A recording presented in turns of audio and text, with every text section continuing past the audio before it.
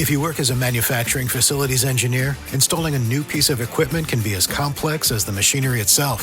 From prep work to alignment and testing, it's your team's job to put it all together. That's why it's good to have Grainger on your side. With industrial-grade products and next-day delivery, Grainger helps ensure you have everything you need close at hand through every step of the installation.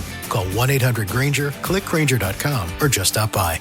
Grainger, for the ones who get it done. The Beach Boys singing Surfer Girl, I Get Around, Little Old Lady from Pasadena, and Surfin' USA. Chuck Berry. The swinging singer doing Johnny Be Good, his latest hit, plus the greatest, Maybelline. Beatle John Lennon leads the cheers for Gerry and the Pacemakers. Lesley Gore will send you with You Don't Own Me. Hello, young lovers, and the biggest hit of her career, and the party really goes into orbit when the newest showbiz sensation gives out, James Brown and the Flames. And today's hottest exponents of the Mercy Beat from England, the Rolling Stones. We're not talking about actors. We mean a real monster. I brought her back. She'll live and I'll get her another body. I'm gonna kiss me, but don't let anyone see me like that. Please, doctor, help me. Biologically speaking, it's of primary importance that man should want to mate. Hey, that You don't get all your kicks from surfing, do you? We want to be free to ride our machines without being hassled by the man. And we want to get loaded.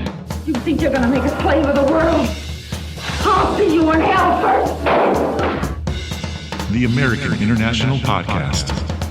Are you ready? Hello and welcome to the American International Podcast. I'm Jeff Markin. And I'm Cheryl Lightfoot. And this episode of the podcast, we have our first double feature. That's right. These two just go together. It's the TAMI Show from 1964 and the Big TNT Show from 1966.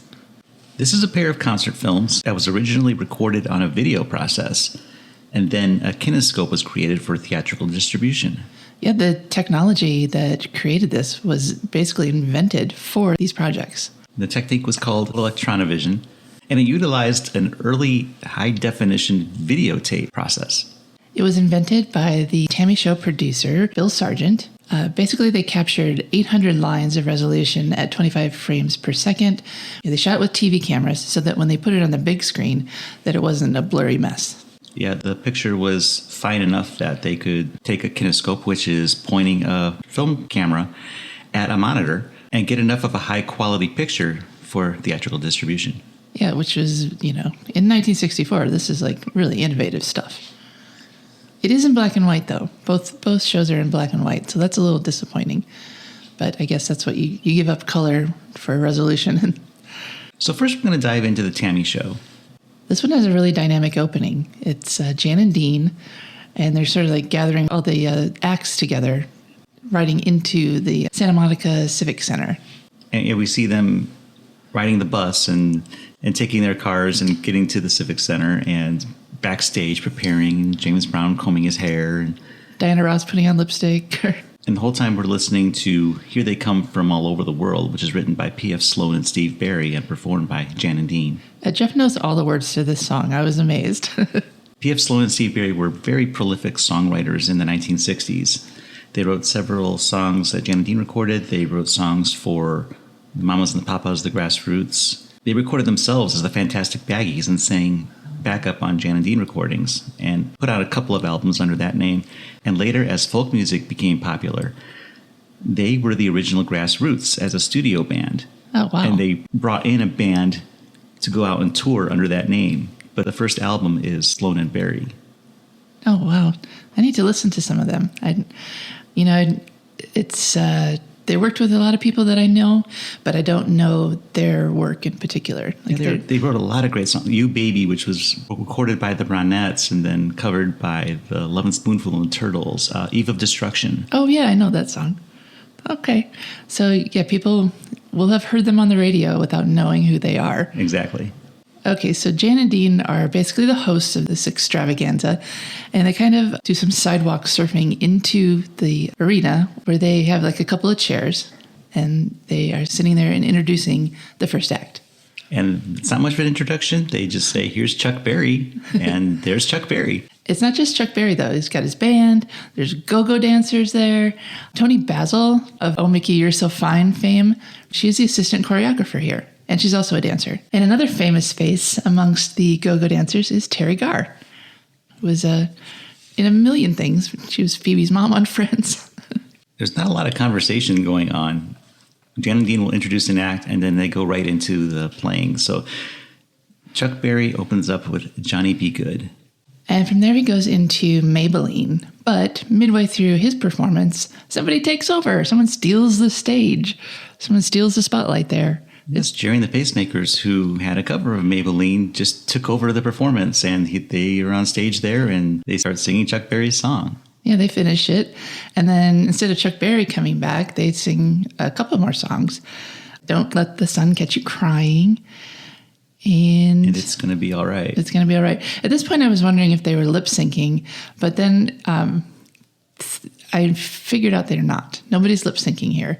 This is a real live performance. You can tell because, he's like talking to the audience. He's moving into and away from the mic, and you can tell. And then there's some goofs later on that will definitely put any thoughts of lip syncing at rest. Jerry Marsden of Gerry and the Pacemakers is kind of interesting to watch as he performs because he makes singing look extremely painful. Yeah, he's like grimacing all through this. He's making these gargoyle faces in extreme close-up. So yeah, you kind of get the feeling he's giving it his all, whatever that may be. Yeah, and everyone is so sweaty in this. It's hot lights, it's an energetic performance, and people are just coated in sweat. And the Santa Monica Civic Auditorium doesn't seem to be that big a venue. No, it's not. It's not like an arena. It's, just a place that you would go listen to, like a politician give a speech or, it's just a medium-sized venue. It's not a club, but it's not a stadium. But given the lights you need for a broadcast, and this is and everyone's it's in a very suits. warm room. Everyone's wearing like suits and ties, and nobody's in like t-shirts and shorts here. So yeah, it's hot. So Chuck Berry is still on stage during Gerry and the Pacemakers' 3 songs, and he gets to take over it again with a quick rendition of Sweet Little 16. Right. And then immediately they cut away to Gerry and the Pacemakers again. He's doing How Do You Do It? And then back to Chuck Berry for Nadine. At some point, Gerry knocks his head into the microphone, and we hear happens it. A lot in this movie. Yeah. So definitely, a real live performance. They didn't go back and say cut and do it again. This is just as is. And Gerry and the Pacemakers performs their final song, I Like It. The go-go dancers are kind of distracting in this. They're like really dancing hard. And they're not even as sweaty as the performers, but also they're not as overdressed as they are either. And they get to change their clothes all the time. Yeah, that's true. But there's more than one chick wearing a bikini throughout. Although some of them are wearing jeans and t-shirts, there's no uniform costuming here. We cut away to Jan and Dean again to introduce the grooviest of groups, the Fantastic Miracles. This was exciting for me because I love Smokey Robinson. And, this is very, very early in his career, I believe. So not a lot of the songs are, ones that I'm familiar with, but some of them are. And they sing 3 songs. The first is That's What Love Is Made Of. Then You Really Gotta Hold On Me.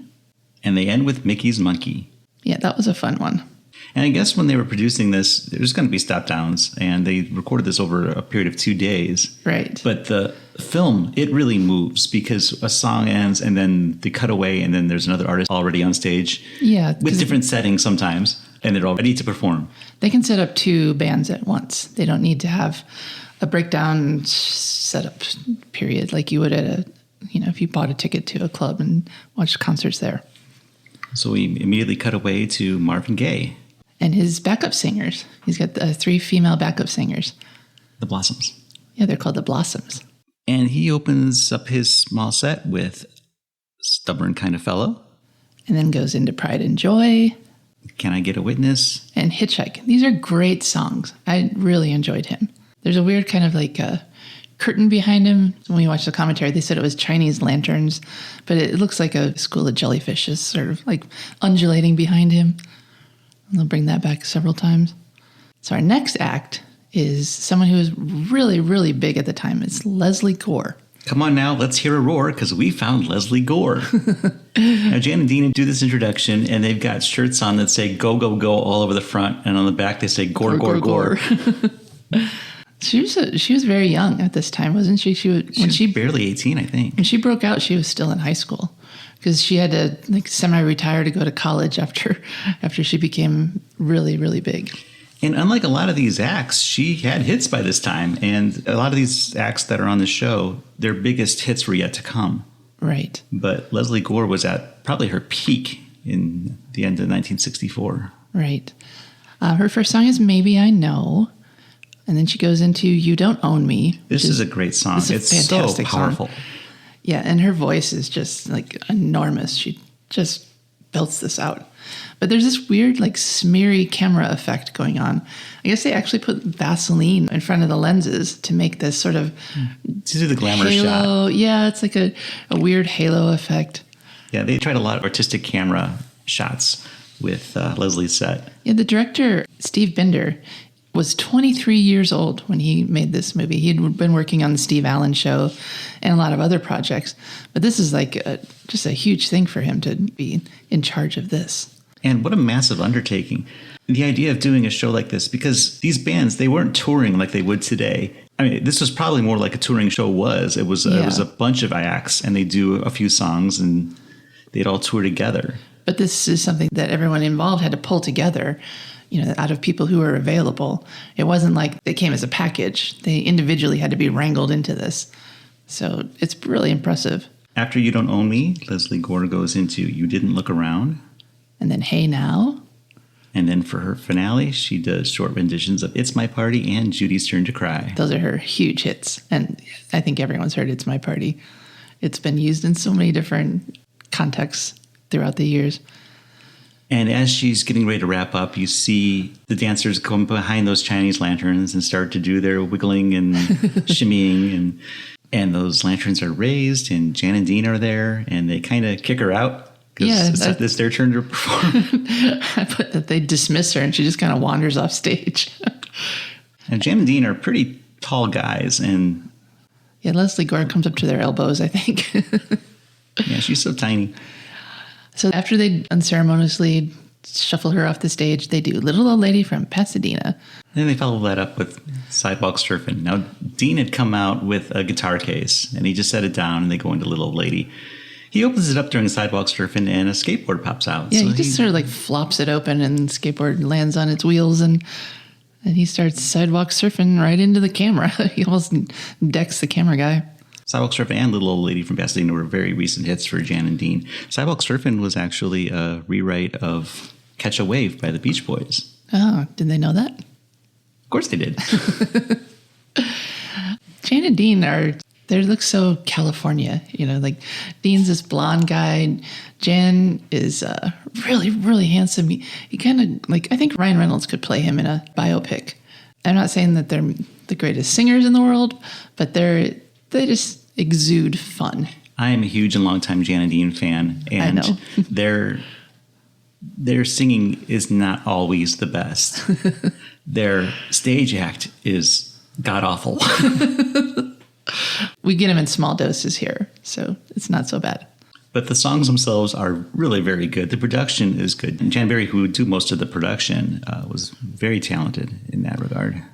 I think they both have great talents. Dean is a graphic designer, in addition to everything else that he's done. Yeah, he's done several album covers in the 70s. He designed the Beach Boys logo. He designed album covers for Linda Ronstadt and Steve Martin. Yeah, so, everyone has great depth to them. We forget that sometimes. So speaking of surfer songs and the Beach Boys, here come the Beach Boys. Yeah, they introduced the real surfers, the one and only, the five and only, the Beach Boys. They look so young here. They look like, I don't know how old they are, but if I had to guess, I would say 19 tops. We're actually very lucky to be able to see this performance because it was cut from the original theatrical distribution. Right. There was a contract dispute with the management, and basically the resolution to that was to just cut out all the Beach Boys songs, of which there are several. As I understand it, the contract was for them to appear on the original broadcast, so the theatrical distribution was outside of the scope of that.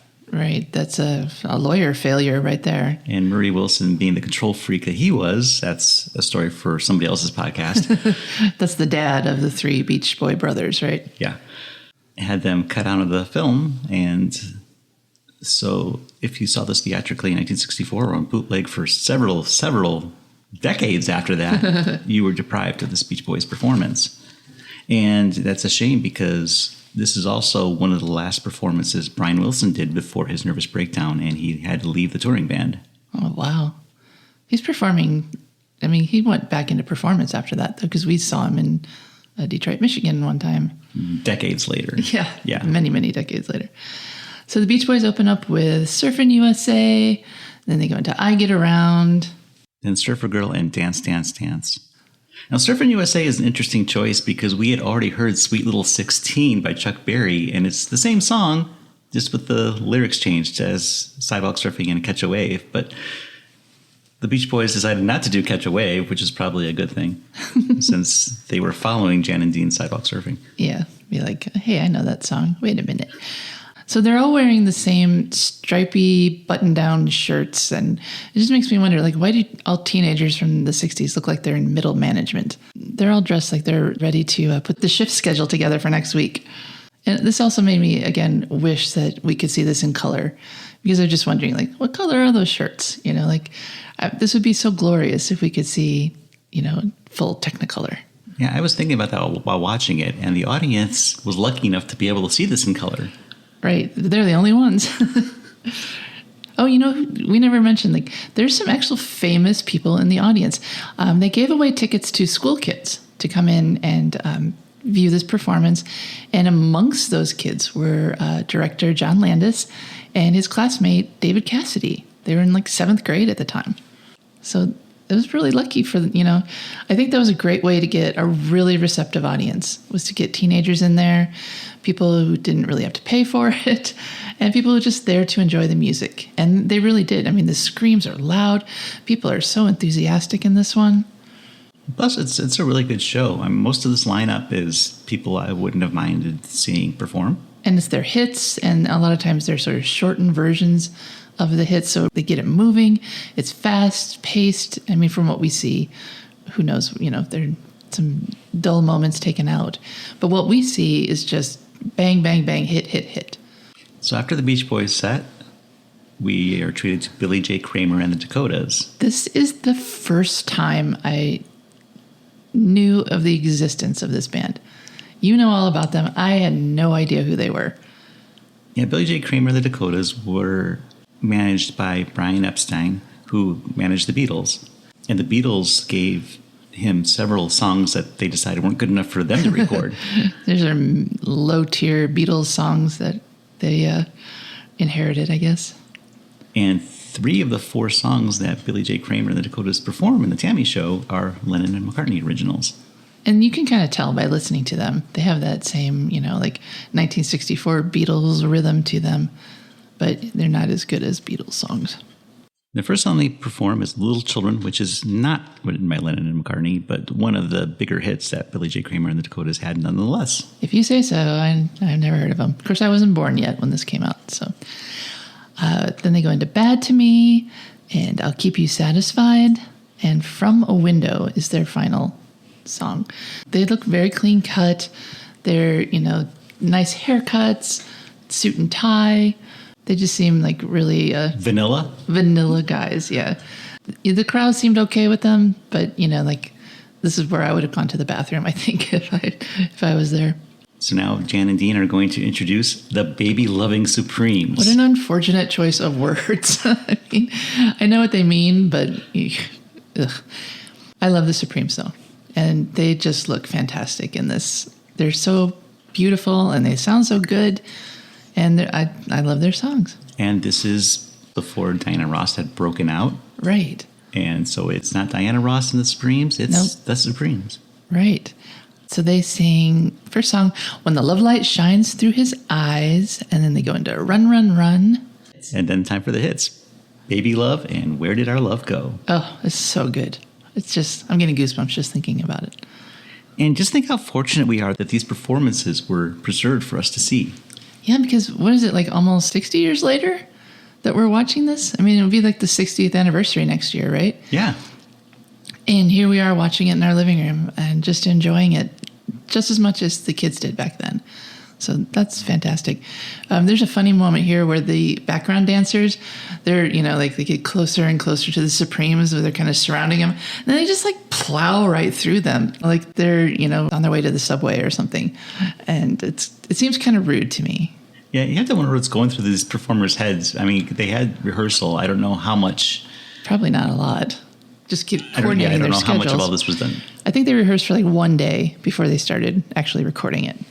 I'm sure the dancers did more rehearsal than that. Oh, yeah. I mean, the dancers are good. I don't doubt that. It's just some of the choreography choices are kind of sus to me because they can be really distracting. And this moment here where they just sort of like blow past Diana Ross and the Supremes to, basically get front and center in the shot. I don't know. I would consider that rude if somebody did that to me while I was actually singing. Yeah, it was an interesting choice. Okay, so now, when these next guys came on, they look like a Hanna-Barbera cartoon band. They're called the Barbarians. I've never heard of them either before, just the first time I watched this. Well, they were a garage band and probably out of their league being part of the TAMI Show. They had the closest thing to a hit would be about a year later with a song called Are You a Boy or Are You a Girl? Which, geez, boy, somebody could really make a lot of that song right now. Given our political climate. Well, back then it was just because of the length of your hair. Right. And they have kind of like these weird short fringe with long hair in the back. So it's the He-Man look. Yeah, it's the He-Man look. The He-Man hair look. A page boy haircut. They sing Hey Little Bird and then they're off. I think what they're doing is they're just sort of like giving everyone a chance to kind of reset because they only get one song and that's it. So this might just be like a little break for everyone. And they play fine. They're an okay band. They are just not in the league of everybody else on the show. Especially who comes next, because this is the best part. James Brown is the next act. James Brown and his Famous Flames. That's right. You didn't hear about his background band a lot in like the 80s, but here they are fantastic. I can't say enough good things about this performance. They look great. They're so well choreographed. They're so well coordinated and the dance moves behind them. And this performance just blew me away. He opens up with Out of Sight and then goes into his cover of Prisoner of Love. And then the main attraction. He sings Please, Please, Please. And this performance is so... Oh my God, it's so incredible. So there's, he sings a song and then he dances and then he does a break. Then he does a breakdown. So he's like falling to the stage and then the Famous Flames come behind him and they get him up. And for some reason, there's this to do with a cape.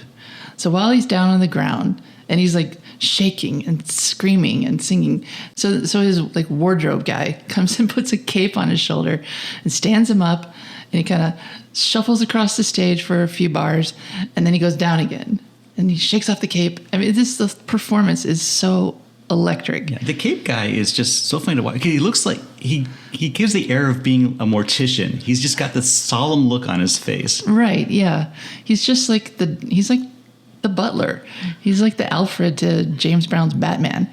He's just there to provide the cape. His job is to take care of James, and James isn't having it because he's having his emotional breakdown because his woman is leaving and he's begging her to stay. This is just an amazing performance because he puts everything into it. And the good thing is that they don't make him like condense this down to 2 minutes. He gets to go on, and people are in the audience are going nuts. This is just amazing. And the passion that he's showing in this song is incredible. And it's a good song. It's a great song. It's a great performance. And I just want to say his dancing is also incredible. He does this thing where he goes on one foot and shakes and goes across the stage, and I can't even stand on one foot, let alone most of the time he looks like he's just on ice and just trying to keep his balance. His feet are all over the place. Yeah, but it looks good. Oh God, he's just electric. Like I said, now I'm getting goosebumps again just thinking about it. When James Brown does the splits too. I mean, geez, what an athlete. I guess, and he really was an athlete. He was a boxer and a baseball player. So, I mean, he just had the physique to do. His body could do anything he wanted it to. And that pompadour. And this isn't his last song. He does Night Train after this. But, I mean, this is a show-stopping performance. This is a bring-the-house-down performance. This performance is the reason people are still talking about this movie today. Oh, yeah, definitely. If they had cut this out like they did the Beach Boys, it'd be okay, but it wouldn't be electrifying. So James goes off stage, and Jan and Dean come out, and they're wearing these weird old-fashioned suits. They look like they're about to get married in an English cathedral in the 1800s or something. And they introduced the Rolling Stones. Yeah, and boy, this is something Keith Richards or Mick Jagger have both been quoted as saying, that coming after James Brown was the dumbest thing we've ever done. Because not that they're bad, but how do you top that? You don't. In a show like this, you would expect the final band to be the finale. Yeah. So from that aspect, it probably seemed like a good move. The Rolling Stones were only just starting to hit at this point, so not a lot of people in America would have known who they were. But some of the girls in the audience were like singing along and they were crying, so I think there was a bit of awareness. They had played 2 dates in California by this point, so I don't know, maybe there was enough word of mouth. Well, I mean, radio play. What I'm saying is that their biggest hits are going to be yet to come. They were primarily just this British R&B band doing a lot of covers. Their first song is Around and Round, which is another Chuck Berry cover. Chuck Berry should get more credit for being in this than he does. And they follow it up with another cover, Off the Hook. And then they go into more familiar songs, like Time Is On My Side. Which is also a cover. Is it? But, I mean, it was a big hit for them, so you forget that it was someone else's song originally because they did so well with it. So their fourth song is It's All Over Now. And then we go into It's All Right. And It's All Right, Mick Jagger breaks out the maracas, which is interesting to see because I didn't know Mick Jagger could play any instruments. He has 4 maracas in one hand. He's got it's like a bunch of grapes in his hand. But yeah, he's shaking those. Well, you have to have that many because you're in this arena and you want to be heard. I mean, if you don't want to be just shaking maracas for the heck of it. You want people to hear those maracas. Right. I think this performance was good. It's just, coming where it did in the show, it didn't do it any favors. So then they start singing Let's Get Together. And so everyone's on stage and they're all bopping around. And then we just see the end. And it's the TAMI Show.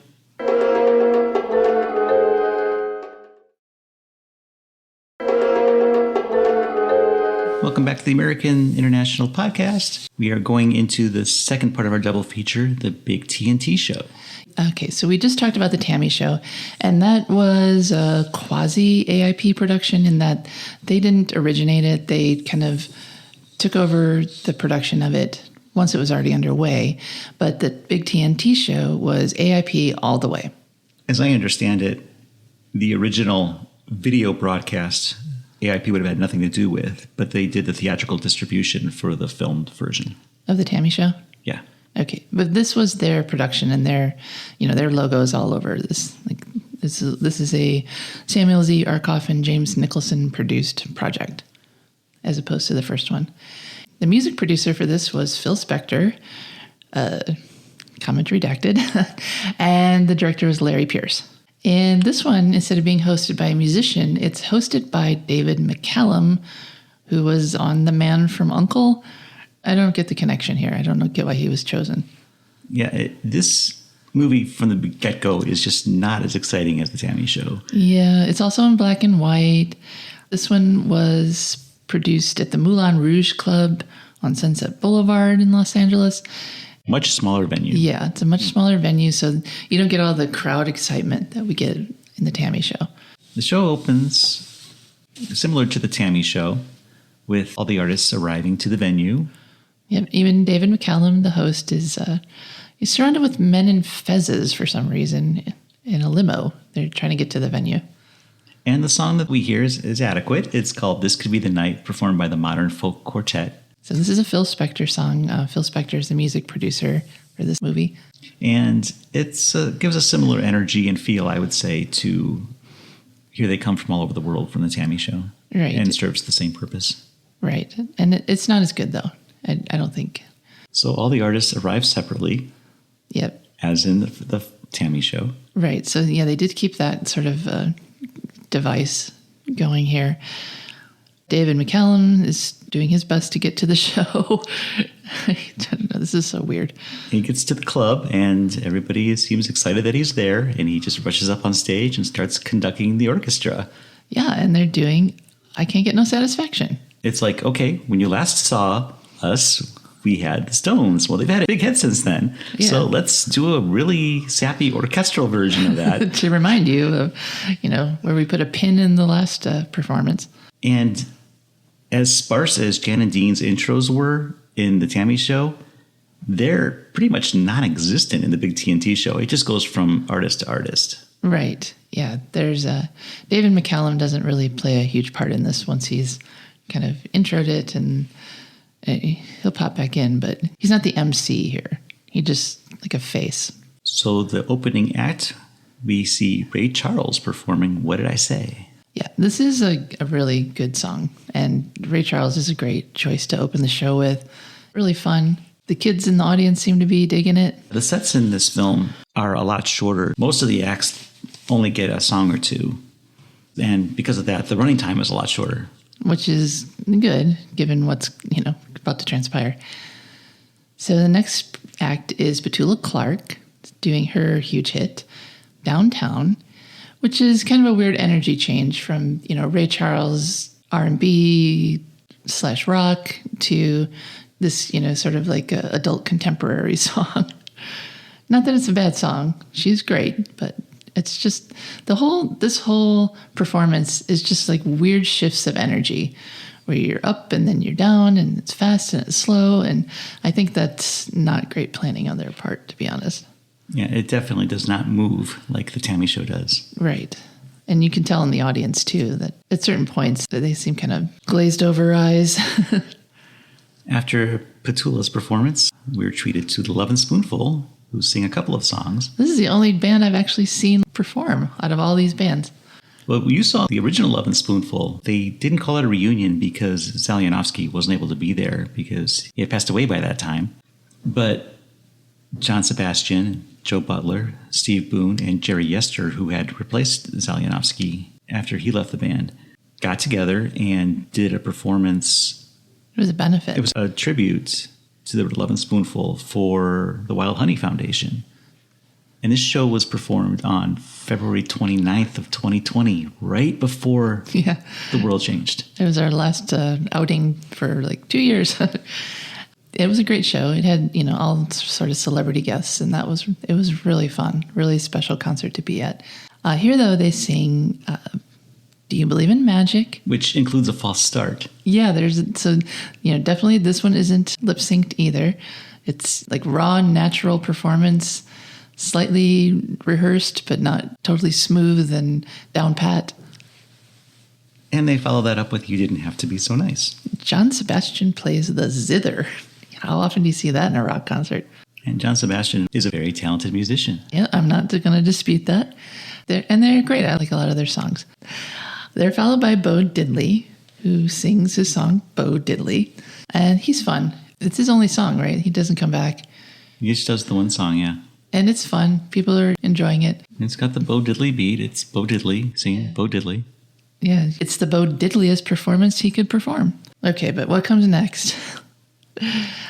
Joan Baez is here, and she's got an acoustic guitar, and she sings 500 Miles.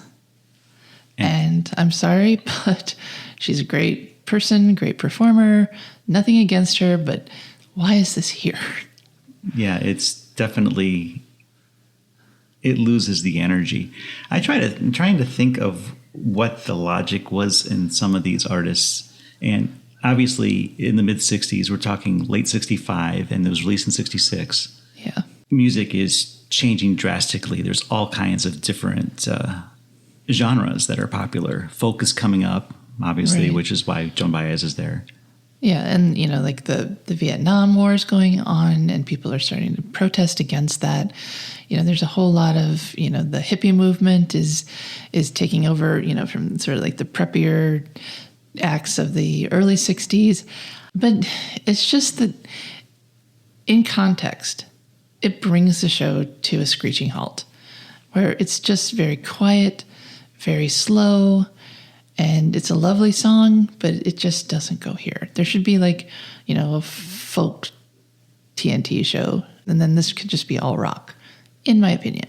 And we're treated to a second song from Joan, and she performs There But For Fortune.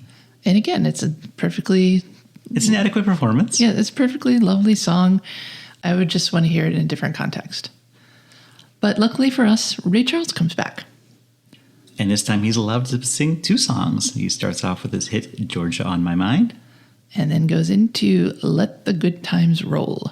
And that's fun. I like Ray Charles. I mean, everybody likes Ray Charles. And now we see Donovan, who isn't there to perform just yet, but he introduces Joan Baez again. Oh, well, this song isn't so bad. It's her cover of You've Lost That Love and Feeling, and, What's interesting, though, is she's being accompanied on piano by convicted murderer Phil Spector. Yeah, you kind of got to gloss over that. I mean, I don't really want to, but whatever.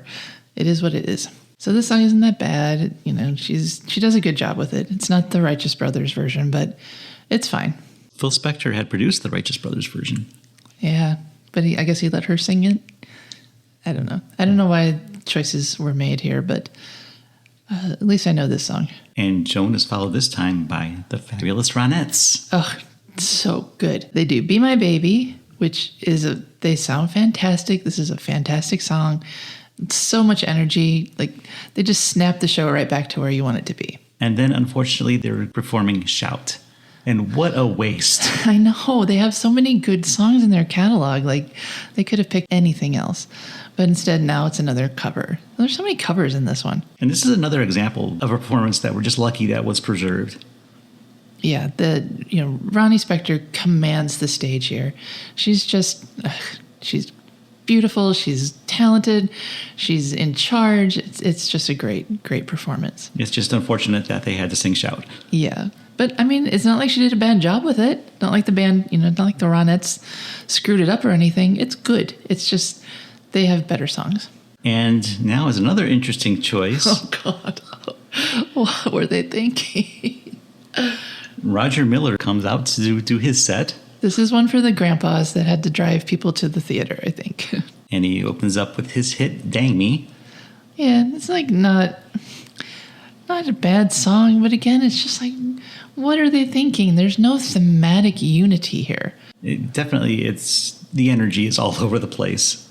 He calls his music depressive jazz on stage, and, okay, but...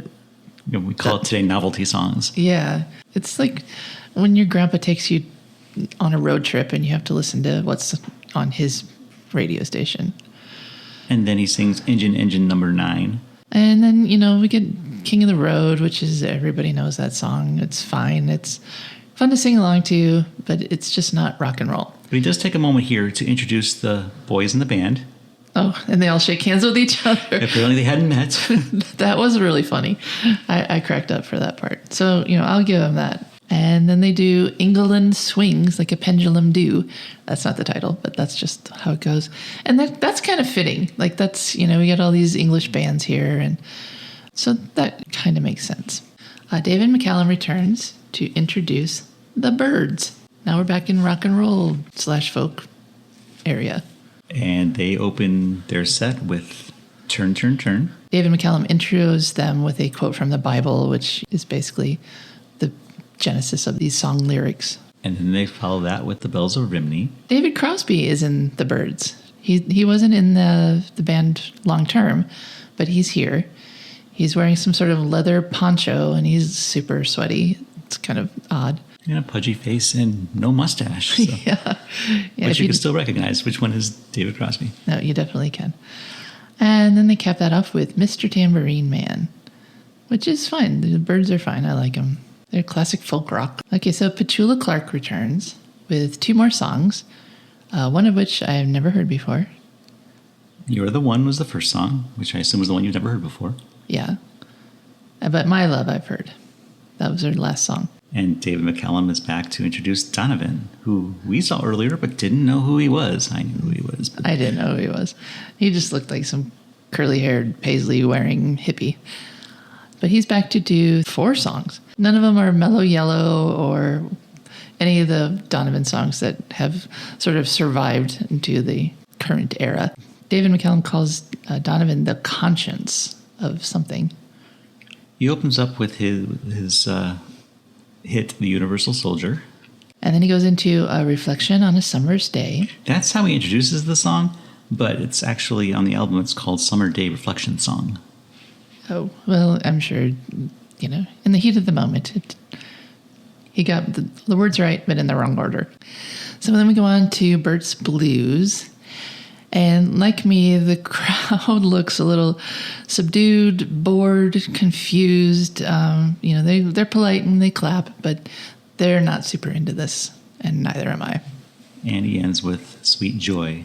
They actually break down the set here and reassemble. He's sitting on a stool, and then the audience is sort of surrounding him here. Yeah, so, that's an advantage you have in a smaller venue. I guess you could set up a shot like that. Right. But it does look like there's a commercial break there. And now the finale of the Big TNT Show. Yes, at least it ends on a high note. So I'm glad about that. We have Ike and Tina Turner. Yeah, yay for Tina. Not so much yay for Ike. Like Phil Spector. Somewhat problematic. Extremely problematic. But, Tina came out okay and Ronnie came out okay, so thank goodness for that. And they open up with Shake. Yep, and my notes say, finally, music to move to. So I was really excited to see them. So the next song is A Fool in Love. And then It's Gonna Work Out Fine. And then they do Please, Please, Please. As if they could have done it better than James Brown. Yeah, but I mean, at least Donovan didn't do it. Or Joan Baez. And then Goodbye So Long. And they cap it off with Tell the Truth. Tina Turner looks fantastic here. She's wearing this sort of slouchy hat. She's got go-go boots. Everyone's moving and grooving. It's really fun. I was so happy when this came. Good energy in this performance, and their biggest hits would still be to come. Oh, yeah, Proud Mary. But I would just, if I was scheduling this, I would have made 2 separate shows, and one with Petula Clark and Donovan and Joan Baez, and then the other one with all the rock acts. This movie really needed more of the go, go, go songs and less of the... A full concert film would have been interesting to see, especially if you could get Peter, Paul, and Mary and Bob Dylan in there as well. I mean, that would be a really great film. Right, because you'd be getting what you expect. And here, where the title is The Big TNT Show, some of those bombs are kind of duds.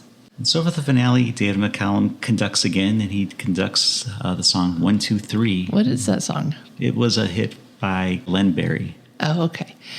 And it's, it's fine. I think, does everyone get back on stage again at the end of this? Or, who cares? Yeah, it's over.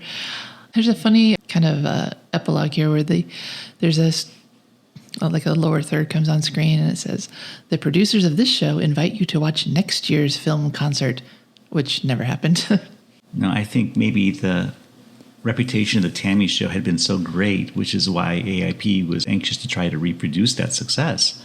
And the Big TNT Show, probably for budgetary reasons, it's a smaller venue. The artists aren't.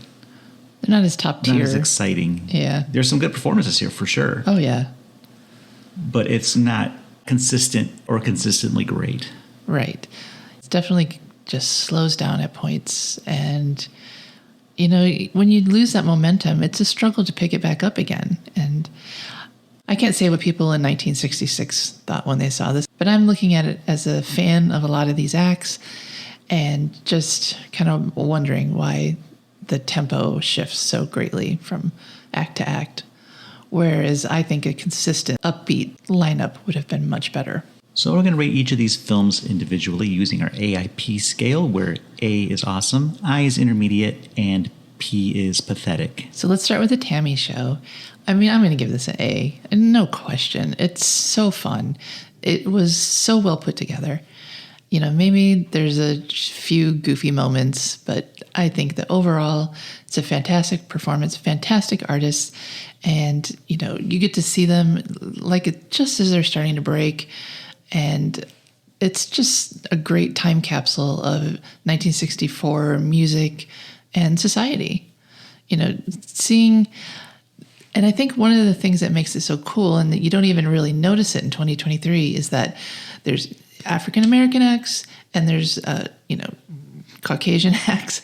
I mean, there's just that sort of melding together of different genres, different music styles, and it just works. Whoever designed this, the flow is perfect. I agree 100%.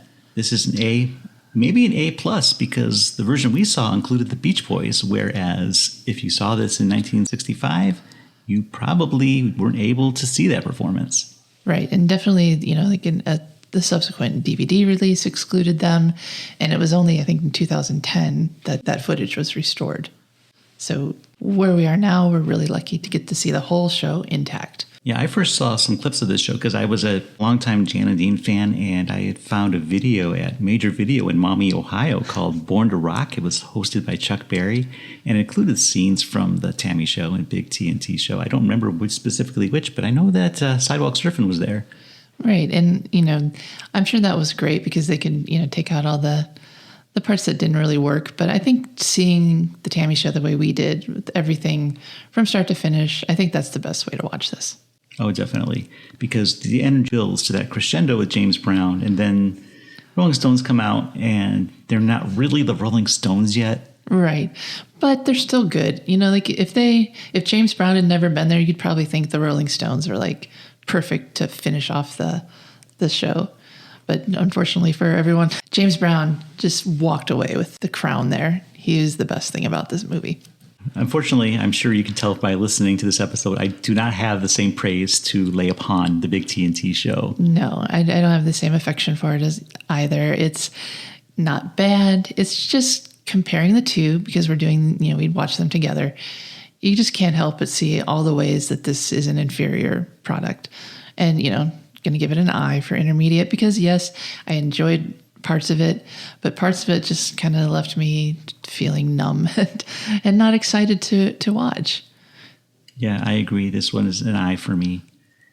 And that's a little disappointing because there are some great performances here. The Ronettes, I think, are probably the best part of the show. Yeah, and Tina Turner, abusive husband notwithstanding, that's a great performance too. Honestly, if they had just taken all the folk out of this, I think that would have been a great, shorter, but a greater overall product. If you took out the folk, though, then Ray Charles would almost seem out of place. Well, how so? Well, it's R&B and not necessarily, well, Bo Diddley too. Well, I think that they could have fit in because it's just a matter of, being, it's not rock and roll per se, but it's rock adjacent. Whereas folk is like its own thing, in my opinion. And it's fun to see Lovin Spoonful perform. Yeah, I don't mind them at all. But this needed something, just needed a few more dynamic acts than what we got. And no James Brown, no Lesley Gore. Right, yeah. Petula Clark is fine. And maybe if they had not sprinkled all these different performances throughout, they're here, they come back halfway through the movie. It's just kind of weird the way that was laid out. Well, even in the TAMI Show, when Jerry Marsden hijacks the song from Chuck Berry, yeah, it's a little jarring. And it feels kind of rude, too. I'm sure it wasn't meant to be offensive, but if, he stole his own song and it feels sort of we'll do this better. You can just stand over there. Yeah, when it's happening, you're kind of wait, what? Yeah, I think in the end it works because they do go back to Chuck Berry. It's not okay, thanks, goodbye now. Yeah, you've done your part. So, yeah, I feel that show is much better integrated in both senses of the word. So I guess that wraps up our first double feature. And our first musical extravaganza. So this was kind of concurrent with the AIP's beach party movies. And so, giving the teens what they want, music, I think that fit in with the AIP philosophy of serving a teen audience. Whether it was successful or not, we obviously just debated that, but they definitely were on brand here. All right, so that wraps up this episode. So with that, I'm Cheryl Lightfoot. And I'm Jeff Markin. And we'll meet you at the drive-in. Follow the American International Podcast on Instagram, Twitter, and Letterboxd at AIP_pod and on Facebook at facebook.com/American International Podcast. The American International Podcast is produced and edited by Jeff Markin. A man whose mind is distorted by hatred. And Cheryl Lightfoot. A girl hungry for too many things.